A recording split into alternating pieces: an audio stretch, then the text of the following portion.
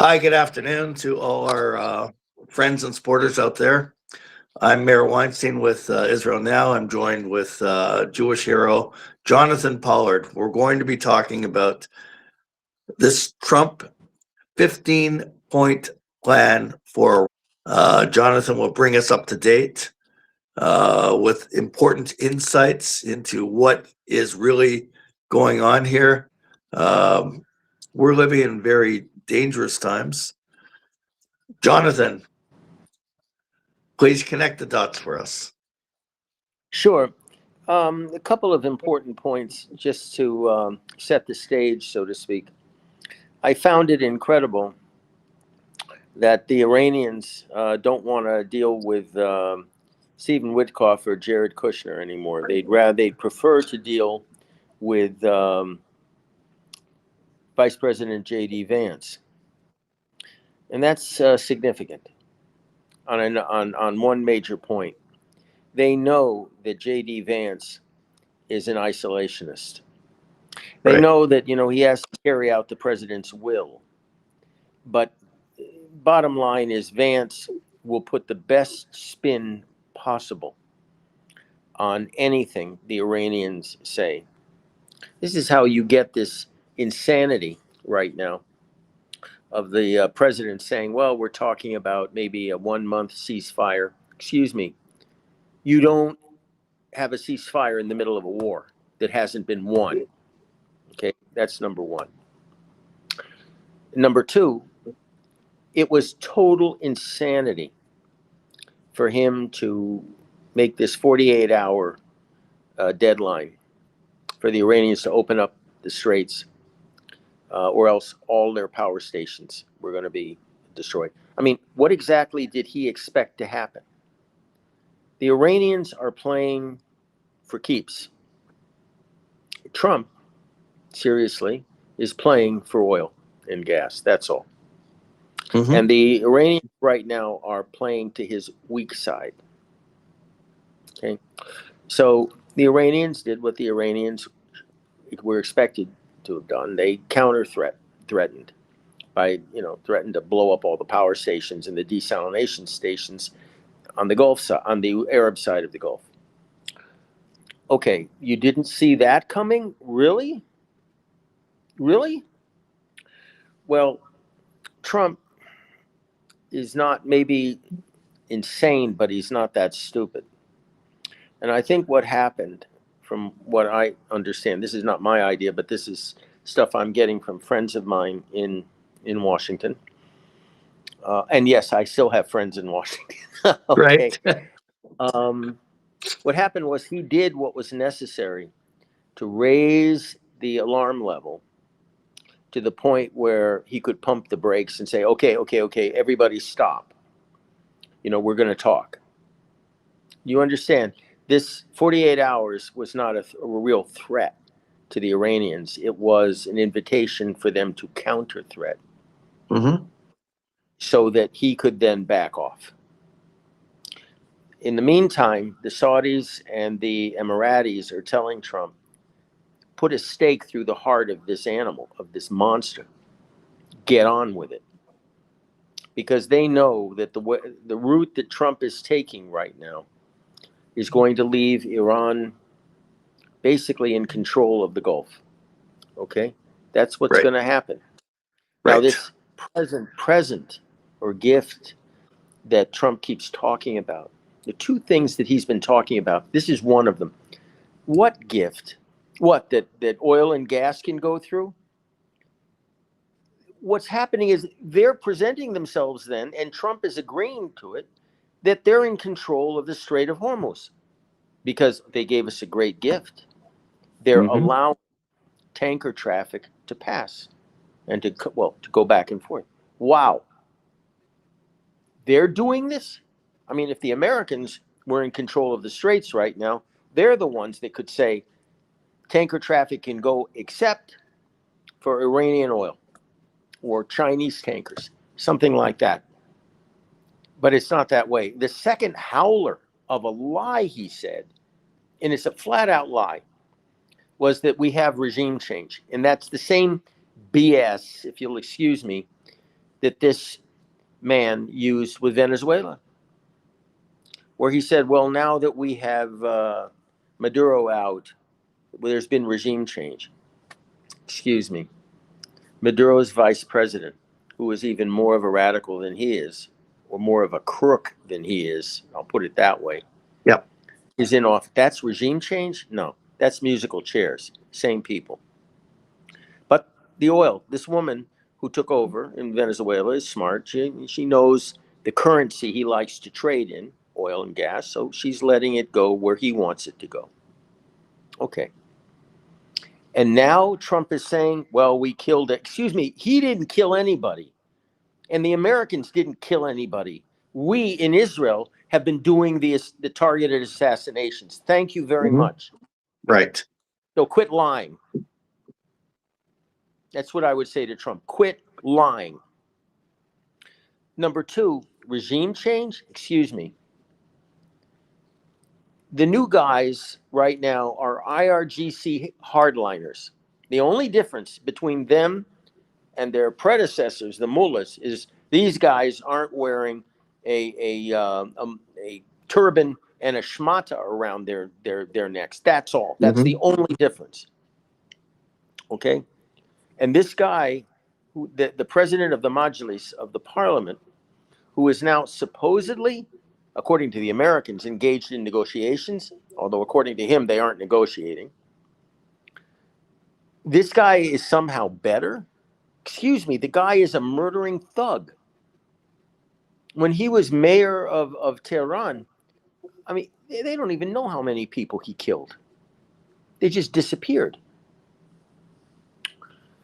And during this whole time, we're getting body slammed here by rocket after rocket after rocket after rocket. Okay? And this is a sellout that Trump did to us with the Houthis, where when he realized that the American aerial campaign against the Houthis wasn't going anywhere and was costing a fortune. Yep. He cut a deal with them. Well, the Houthis were told by the Iranians, make a deal that Trump can take and let him declare victory and get him off your back. And he's doing the same thing with the Iranians right now. And we're going to keep getting body slammed. Okay? Now, I don't know who in their right mind is believing this fantasy about the Iranians want to talk. The Iranians are playing for keeps. Yes, they're apocalyptic, but they're playing for keeps. And they're not defeated until they admit they're defeated. What happened to unconditional surrender Trump? What happened to that statement? Right. Well, that was yesterday's news. The man is either, got Alzheimer's and he can't remember what he said the day before, or just everything coming out of his mouth is just stupidity. I think that's more the case. So unconditional warfare, unconditional surrender. No, that was yesterday. Now, let's make a deal. Okay, let's make a deal. If any deal is made with this regime, and it's the same regime except it's worse, they win. The Iranians win. They win by surviving. Okay?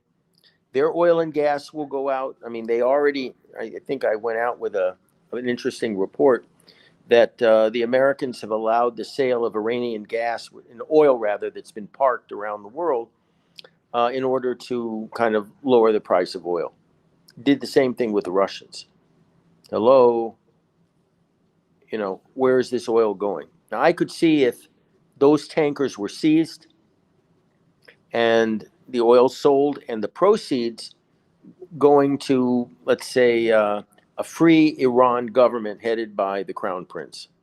Right. Or to somehow compensate the United States for all the money that's been spent on this 3-week campaign.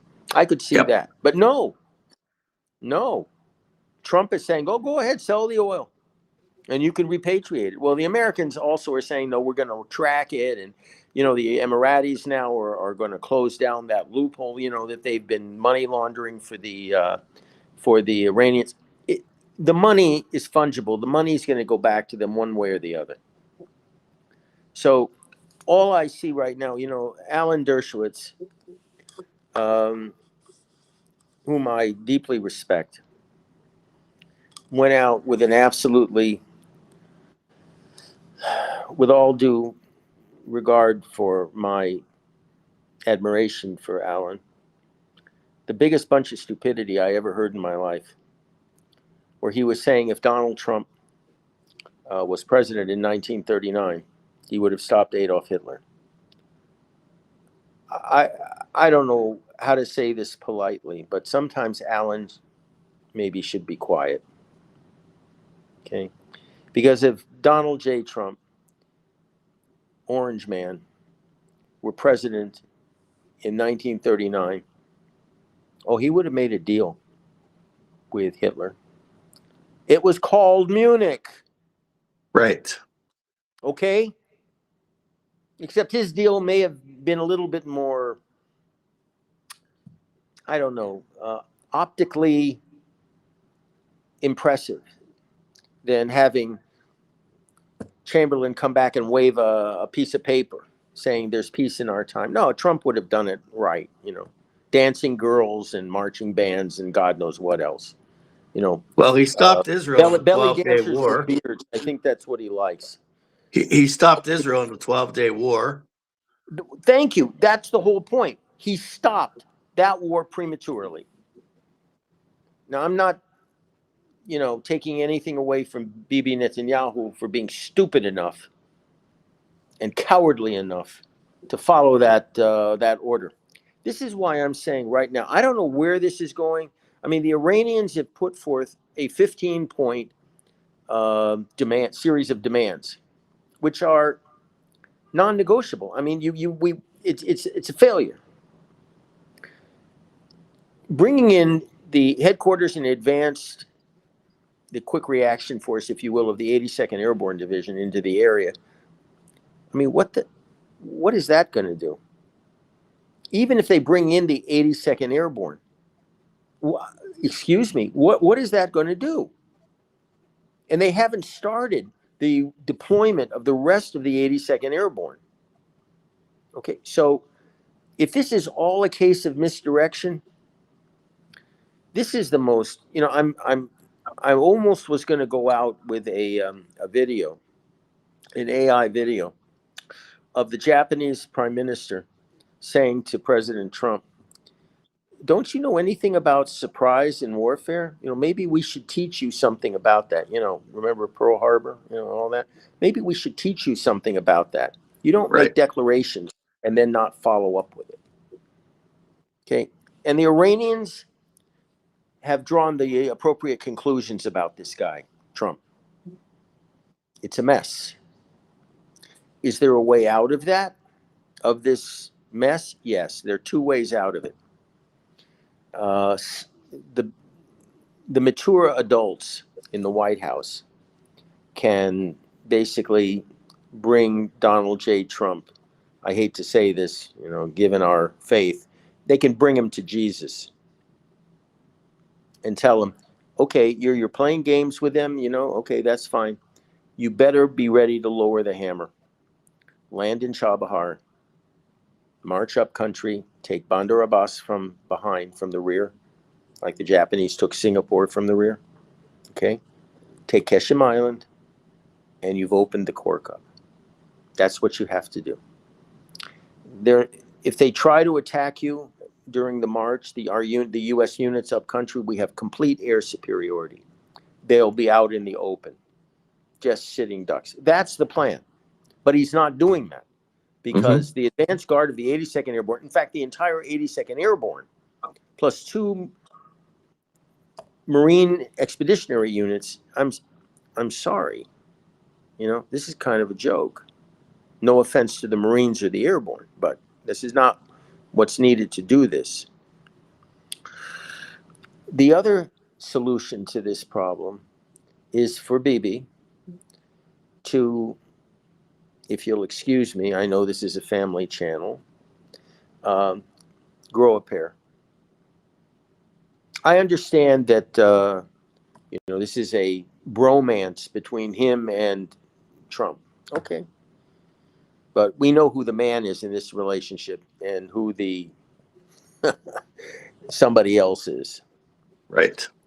The fact that Bibi sent Ron Dermer to Washington says everything we need to know about how bad this Trump is willing to go, how far he's willing to go to pretend that he won the war. Okay. So this is why he should use Ron, just like Trump is using these negotiations as misdirection.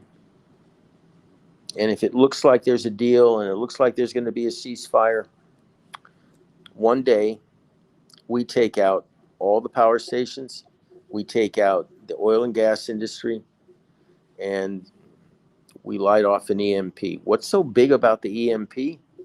Well, it will significantly hinder the Iranians from counterattacking Persian Gulf Arab oil and gas and power stations.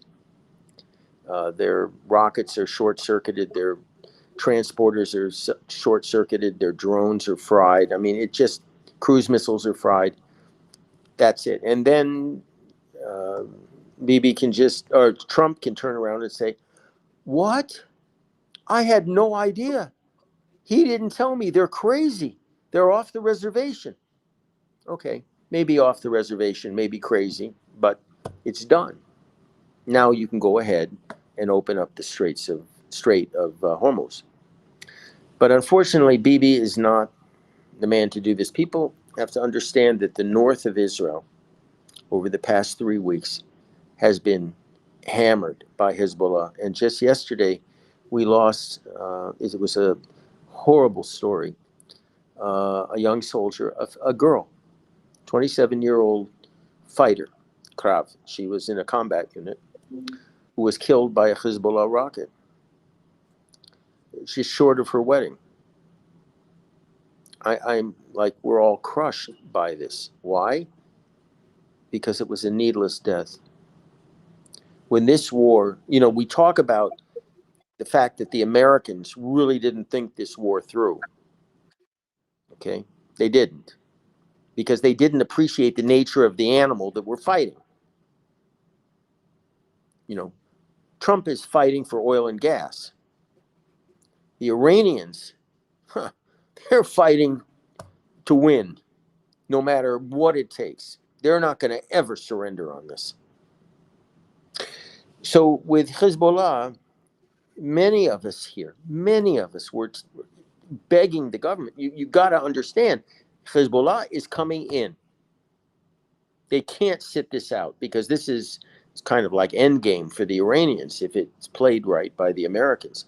So Hezbollah realizes, their life is on the line as well, organizational life.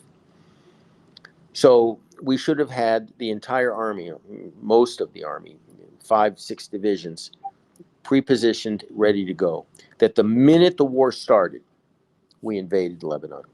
Lebanon is not a country. It's not even a failed country. It's a colonial construct. That's all. French colonial construct. It has nothing to do with historical borders or anything for that matter. So what would have happened? Strategic surprise, because the invasion would have been out of character for Bibi. Nobody would have expected it. And we would now be on the Awali River, which should be our end stop. Not the Litani, but the Awali. And then our north could breathe. Look, I've seen more pictures of the Kiryat Shmona development, real estate development. And I'm telling you, it looks like the same product of the, Trump Gaza lunacy. Right. The only thing missing in all the videos coming out on this project are the bearded belly dancers that were in that hallucinogenic, surreal video that came out about Trump Gaza. Who's going to buy there? Nobody's going to buy there with any sense unless the frontier is moved north. So we're losing people. The north is getting traumatized by these rocket bombardments, and nothing has happened yet. They're saying, well, we're just softening up the area with airstrikes, commando raids, and all. I'm sorry, that's not how war is waged. Rather, you can do that. You can do all that stuff during an invasion. You do it beforehand, and you just keep getting hit by rockets, which is happening here now. We've been bombarded every day. It's getting really difficult, I'll put it that way, up north. So I guess the bottom line with Trump right now is he's BSing. He caved. And I think people should understand that his 48-hour deadline was intended to produce a retaliatory threat by Iran that would serve as an excuse for delaying anything more except talking. 5 days, he said, of talks. It'll go on for as long as he can spin this. And as long as there are no more significant deployments of American troops into the area, and I haven't seen any evidence of that yet, then the Iranians know this is all smoke and mirrors. And Bibi, well, Bibi is doing what he does best, which is serving as a doormat for Trump, because what Bibi is concerned about is the upcoming election, and he desperately needs Trump to have his back, so to speak, by threatening the president of Israel, Bougie Herzog, to giving him a pardon, by threatening, he's implied a threat for the Bagats, for the High Court, with sanctions even, unless they get rid of this case. And look, I'm the first one to say the case itself is ridiculous. It doesn't hold any water. There's nothing serious about it. But that's not the point. The minute you have another country, even the best friend in the United States, dictating our legal system here, it's not good. It doesn't end well, because what starts off with the legal system ends God knows where, with our strategy, our national security, or what have you. So as much as I have problems with the judicial system here, and I am full disclosure, I'm totally in favor of even more radical policy of judicial reform here than that's even been mentioned by the proponents of the reform. I don't want an outside power coming in and dictating the nature of this reform. Right. Bougie Herzog, say what you will, is actually correct in saying, if you're going to ask for a pardon, what are you asking for a pardon? Or what is this about? Did you commit a crime? Or what? What are you admitting to? You ask for a pardon, it's got to be for something you've done, I think. So it's a mess all the way around. And I just don't want to end up in the same position we were when Trump cut and ran from the Houthis and left us holding the missiles, so to speak, not the bag, the missiles. Because that's what's going to happen. The Iranians are going to keep throwing missiles. It'll be a ceasefire between them and the Americans. And Trump will prevent the aerial tankers that have permitted us to use many more aircraft than we had during the 12-day war in bombing the bombing Iran. He'll ground those planes or take them out and say to the Israelis, well, you got 3 or 4 tankers, do what you want with those, but we're not supporting any more aerial strikes. because we have a ceasefire. The U.S. has a ceasefire with the Iranians. And the Iranians will continue to bomb us with missiles. Okay? And we're running, it's obvious, we're running out of interceptors. Okay? The Arrow 3 in particular. This is why a lot of this shrapnel is coming down, because we're using shorter range missiles to intercept the cluster bomb carrying Iranian missiles lower in the atmosphere. So this is how I see things going, unless Bibi does something uncharacteristic, and that's to bluff Trump and the Iranians into thinking we're going to get with the program and accept the American ceasefire with Iran, and then hit them hard with everything we have, up to and including a nuclear EMP. But I'm not going to put any money on that. Well, the war in So Iran has gone, the war good. in Gaza has gone on for about, what, 2.5 years or something. I don't know.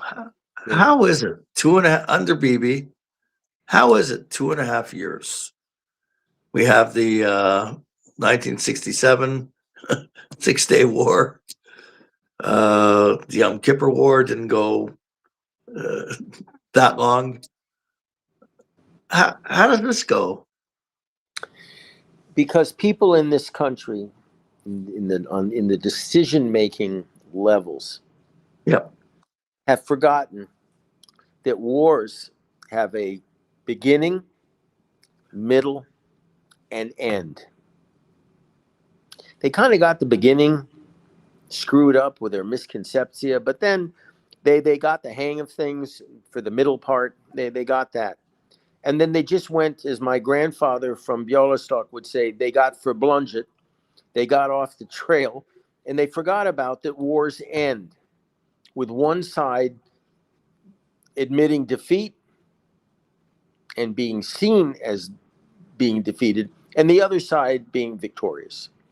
This is why this book that I just reread by a guy by the name of Fred Ickley, an American strategist, the book is Every War Must End.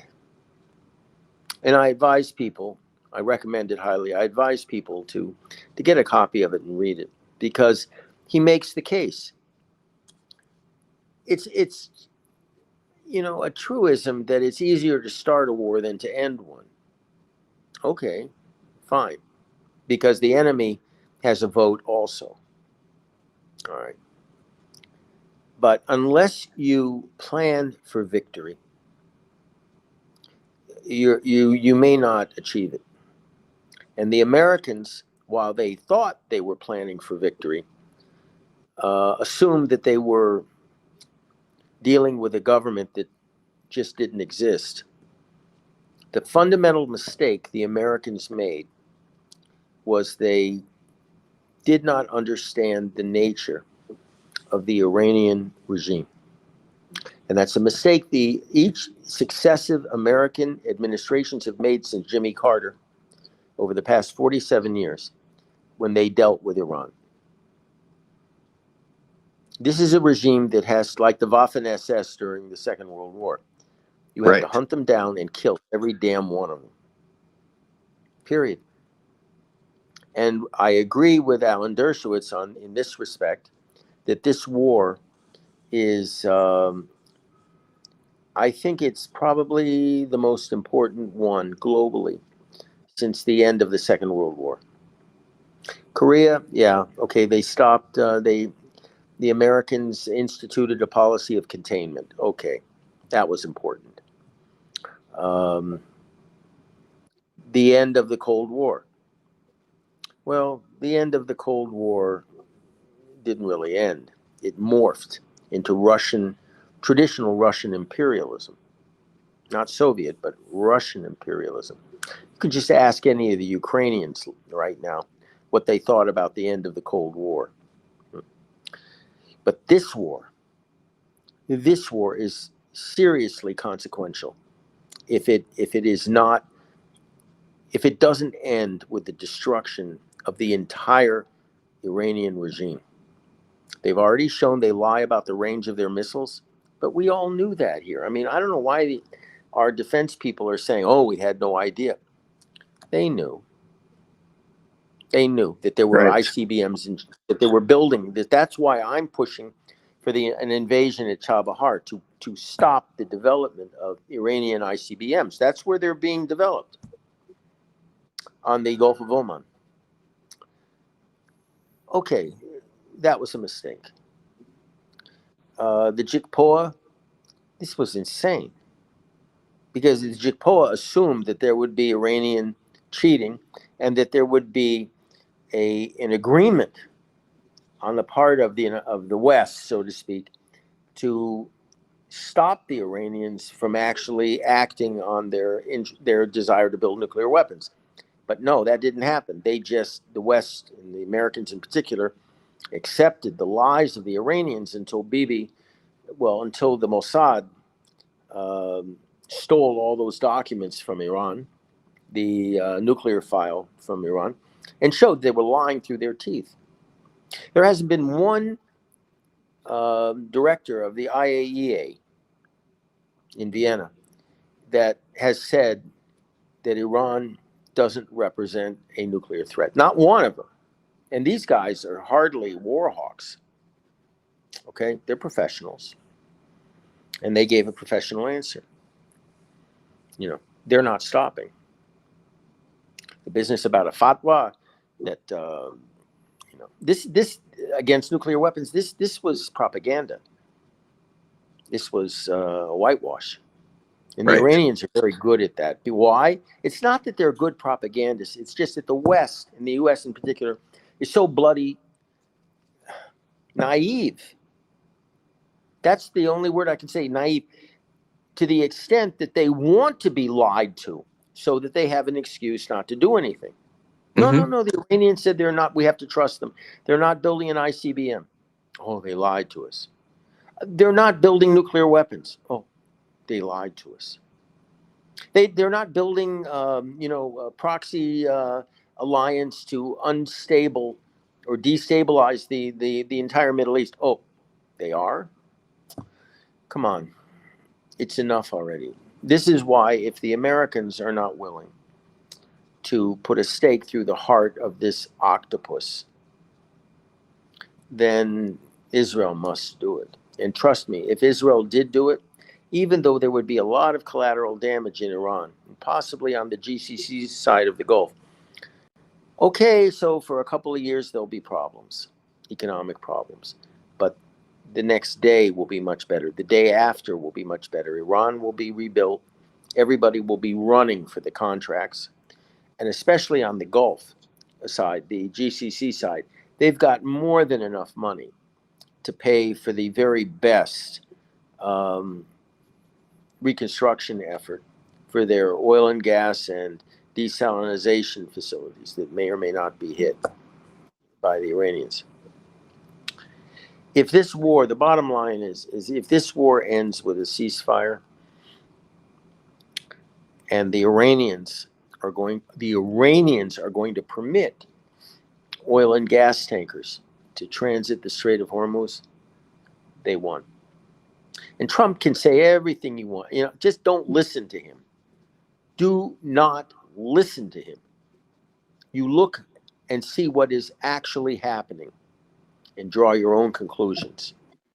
Because Trump is desperate right now to get out of this mess. That he, Right.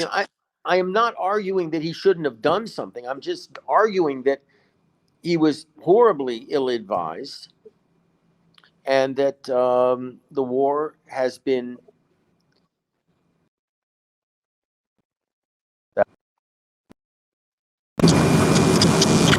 so. Watch your eyes. Don't listen with your ears to what's coming out of Washington. Watch with your eyes. Use your brain, and you can draw the appropriate conclusions. Don't listen to Orange Man talking.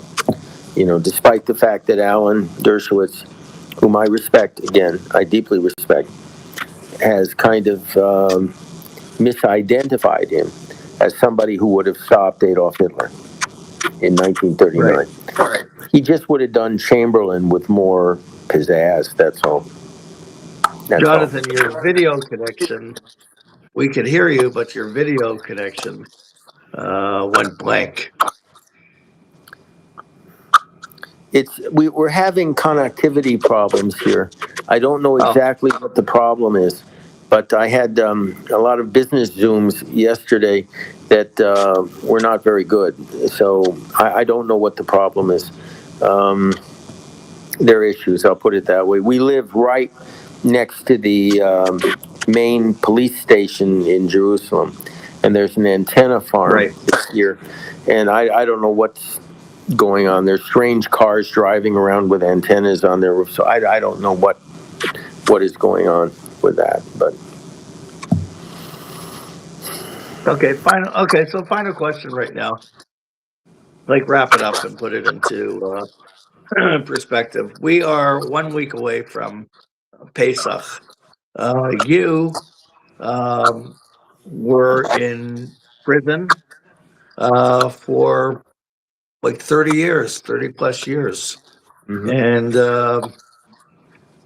I mean, your perspective on Pesach, on the holiday of Jewish freedom, connecting that with what's going on right now.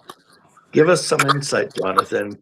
You went through it. You're like a Yosef that went through prison and emerged from it. So you have a perspective that hardly anyone in the Jewish world has. When I came out of prison, I was no longer a Galut Jew. I was free. And I stepped back into a perspective that would have been appreciated by David HaMelech, Shlomo HaMelech, Yoshiyahu, any of them. I was a Hebrew. I wasn't a Galut Jew. I was a Hebrew. The same person that fought the Egyptians, the Babylonians, the Persians, the Greeks, the Romans. We fought everybody because we fought Al Kiddush Hashem. Okay, we didn't win every war. Okay, but that's because, unfortunately, we fell off the derech. That's the unfortunate truth. Right. Okay. Now, when I came out of prison, I looked through clearer eyes at my community in the United States and even at Israel. And I realized that even though in 1948 we won a state, the first time in 2,000 years, but a flag, a national anthem, an army doesn't change a galut mentality. And unless and until that galut mentality finally is thrown aside, we are not free yet. When the Jews left Mitzrayim, there was a fundamental change in their mentality that occurred. They made mistakes. They had problems with the spies in the desert, and were still living with the consequences of the Meraglim. Okay? So on this Pesach, I am sorry, we are not free. We are still not free. We are still captured by the galut mentality. And it's here as well in Israel. It's here as well. Our leaders especially do not know how to be proud Jews in our own land. They just don't. Especially not Bibi Netanyahu. So when I sit down to Leil HaSeder here, it's with a very heavy heart. Yes, I'm home finally, a free man in a captured land. I'm free. My mind is free. But as far as my country is concerned, our country, Mhm. we're still slaves to Paro. Okay, we are still slaves of an empire. This empire happens to be Edom. People have forgotten that the United States is the direct descendant of Rome. If you look at the eagle, the fasces, everything in the Congress, it all has trappings of Rome. The architecture of Washington, everything is Rome, Right. Edom. And so, just as the Bnei Israel had to rid themselves of their subservience to Paro in order to go into the Midbar to be prepared to be a free people in their own land, we now have to free ourselves of our fear of Edom, of the United States, and to act as free people in our own land. We have an opportunity now to do it. But I'm afraid, given the leaders that we have, the Meraglim look actually much better in comparison. Mhm. Sad to say. Right. So that's my rather depressing view of Pesach. It's a very realistic view. Um, yeah, because I suffered for 30 years because of the galut mentality in both the leadership of Israel and the leadership of the American Jewish community. Right. Right. And the mess Right. that we're in right now with the Jewish community in Canada also and in the United States Yeah. started with me. Because when you abandon one Jew, then 6 million, 7 million is not that hard. Right. It's just, more zeros. Mm-hmm. Because the same people that abandoned me are in power now in the American Jewish community. Right. So, free? No. We're not free yet.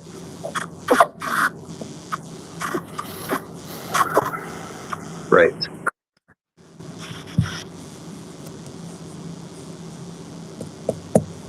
We have hope. Can I tell you something? I used to say that also until a friend of mine told me that hope was the last demon that came out of Pandora's box. Okay. Okay. I have belief. Right. My friend explained to me there's a difference between belief and hope. And after surviving 30 years in hell by the grace of God and the bravery of my good wife, Esther, I now have belief, not hope. I have belief. Is that Amuna or Bitachon? Both. Okay. It's emunah and bitachon. It's both. It's Okay. both. But when people say, well, why don't you have hope? No, that's not strong enough. Right.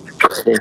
So it's emunah and bitachon. That's the only thing. That and the whole concept of yirat shamayim, only fearing God. That's what saved me Right. for 30 years in prison. That's the only Right. thing. So we should all have emunah and bitachon and look at reality through our eyes, not our ears. Mm-hmm. Okay, because the ear is a passage for confusion, unfortunately. But in most cases, visual acuity is a better judge of what's really going on in the world. Right. Right. So people should just remember this going forward when they watch the simulation, if you will, of Trump, of Paro. He's the Right. latest Paro who doesn't believe in God. I'm sorry, he doesn't. He Right. believes in Zahav, like Esav, gold, Mm-hmm. plain and simple. Right. Wow. Jonathan, we're going to be paying close attention to everything going on. The latest announcement from Trump, he gives it 5 days for this 15-point plan. We'll Yeah. see what Friday brings. We'll see what Friday. No, this is a real roller coaster ride. A real roller coaster ride, and it's, as I said, don't. You better have your big boy pants on and your Yep. thinking cap, because Right. this guy is, as my grandfather from Bialystok would say, for blungit. He Right. doesn't know what he's doing right now. Right. So you should be well. Have a Chag Pesach Sameach, and we should remember we are still slaves to Paro. Absolutely. So Jonathan, maybe we'll have room for another podcast before Pesach. We'll see what develops. absolutely, But thank you very much, and my Chag pleasure. Sameach. Chag Sameach. Absolutely. Be well. Be well. Thank you. Yeah.